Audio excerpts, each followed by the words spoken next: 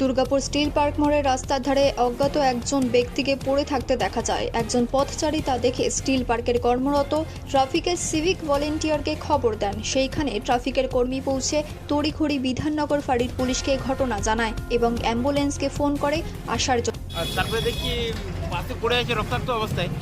তো বাসের দাদাকে আমি জিজ্ঞেস করলাম, উনিও দাঁড়িয়ে। আমি বলি কিছু হয়েছে? বলে না, এরকম শুয়ে আছে, দেখছি রক্ত বেরোচ্ছে। তারপরে আমরা কী করবো, চারদিকে সামনাসামনি অ্যাম্বুলেন্সের জন্য বললাম, তো ওনাদের কাছে নাম্বার নেই। তারপরে একটা মোড় আছে আপনার স্টিল পার্কে, ওইখানে গিয়ে সেভিক দাদাকে বলি এরকম ব্যাপার, আপনি চলুন। ওনাকে নিয়ে এসে দেখাতে উনি অ্যাম্বুলেন্সে ফোন করলেন। এই ঘটনাকে কেন্দ্র করে চাঞ্চল্য ছড়ায়।